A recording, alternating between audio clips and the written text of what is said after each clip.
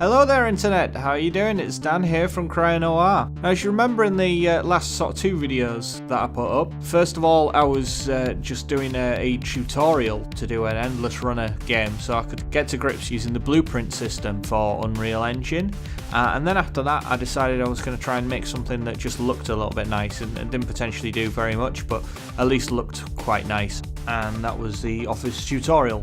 Now it just seemed to me the next logical step would be to try and combine the two. So I thought, what game do I make? I want to try and make something that looks quite good, isn't hideously overstretched, and could provide a reasonable platform for a game. So I look back over sort of all the games that I really liked. I was always growing up. What sort of genres have sort of not been redone now? I mean, there's a big thing in the indie circles to sort of rekindling old styles of play and sort of things that aren't being done by the AAA industry. Growing up, I was always a huge fan of games like Doom and Quake and Duke Nukem 3D, all these sort of really fun first-person shooters where you carry lots of crazy weapons and fight even crazier bad guys. And the modern first-person shooters have got very serious and it's all very gritty and grey, and all the mechanics are pretty dull as well. You know, you're hiding behind walls while your health regenerates, so you can pop out and point and click at little brown specks in the distance. And I sort of miss the days of circle strafing and running ridiculously fast and firing big heavy weapons to a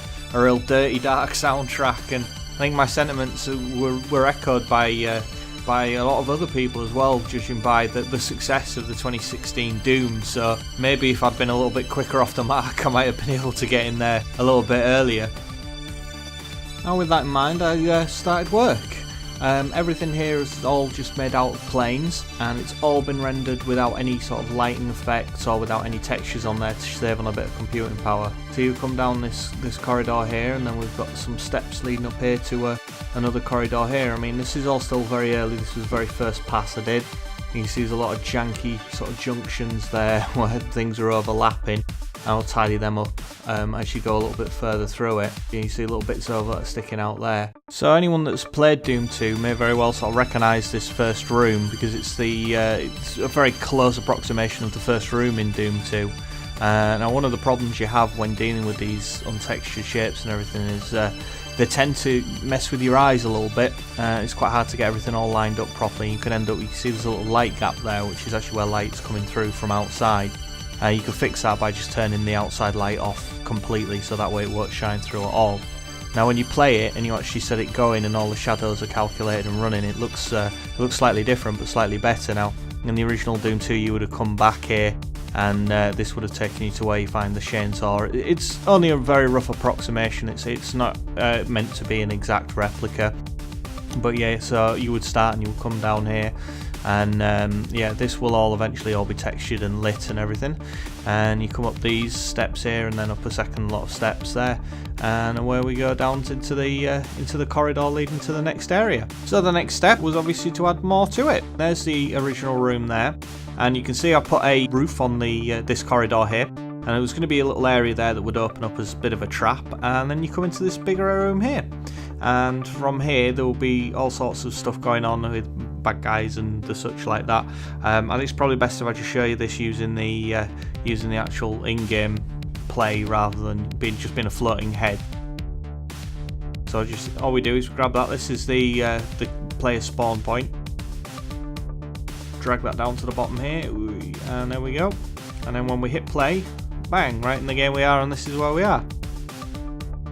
You would come down here and there'll be all sorts of bad guys waiting for you on here for you to kill, or trying to kill you, and you would have to come along here. You can see there's part of that's not matching up. You can see the light coming through there, which is not ideal. And then jump down onto here, and you would follow this along these steps here to go out through this door into the next area, whatever that may be when it got round to doing it. If we go back to the floating head mode, you can see this whole area down here, the ground would all be lava, because that's logical in game world. But obviously if you didn't make that jump you'd need some way of getting back. So you can see what I've done is I've lowered this section here, and this would actually be a switch here. Where are we? I'll step back, right, just make it a bit clearer. So there would be a switch there, and you would push that and that whole block would then raise up, and then you would land, you would be able to get up onto here and away. But I was also going to have a secret switch here. This great big whole pillar was going to have like a secret switch on it there. And the whole thing would drop, you'd climb on it, and then it would raise back up. And then this actually leads to a little secret pathway around here, which will be hidden by the darkness. And you would potter along this edge here, and then you could then drop down onto this next level here, which you couldn't see in the darkened thing because it's not all lit up. And there would also be another secret door here, which would take you to another path route, which would then take you through to the next room here. So I mean, this was a big feature of sort of the Doom sort of games and DooooooooM of those sort of periods, all these little secret hidden paths and stuff that would take you to different areas and reward players for exploration. You can see I've started to do some of the floor work as well, and actually fix some textures down on here. It's just a generic sort of mud texture, but in the dark I just still need to sort of get it all to match. It's still currently all squared up, if you know what I mean. So each individual plane has been coloured, but you can actually get the textures to mate up so that way it looks seamless. I haven't done any of that yet. It's all still, you would do that as one big final pass.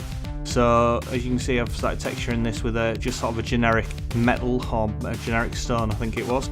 We just shrink the window down a little bit. There we go. And you would just grab one of the textures from here and just put it on the individual places, and there we go. And then that fills in that with the textures, all like colouring in. Obviously there's an awful lot to go, so if you don't mind, I'll crack on with that now.